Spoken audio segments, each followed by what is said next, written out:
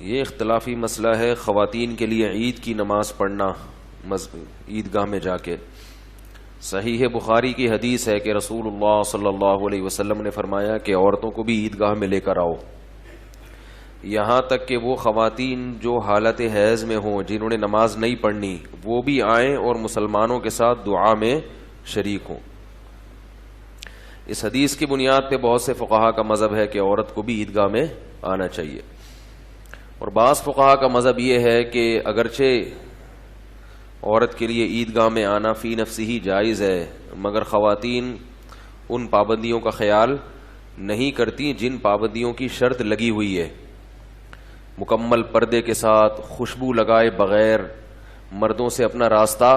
الگ رکھیں، مردوں کے مجمع میں خلط ملط نہ ہو۔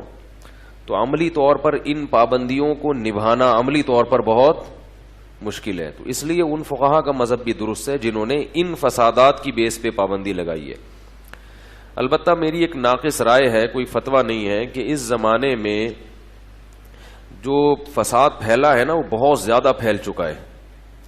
تو خواتین شعائر اسلام سے دور ہوتی چلی جا رہی ہیں۔ تو اگر اس زمانے میں خواتین کے لیے عیدگاہ میں الگ سے کوئی انتظام کر دیا جائے،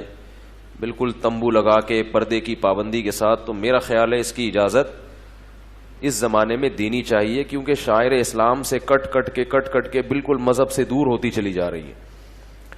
ٹی وی نے جو ہے نا گھروں میں گھس کے بہت ماحول خراب کر دیا ہے، تو ان کو بھی وہی حکمت جو نبی کے دور میں تھی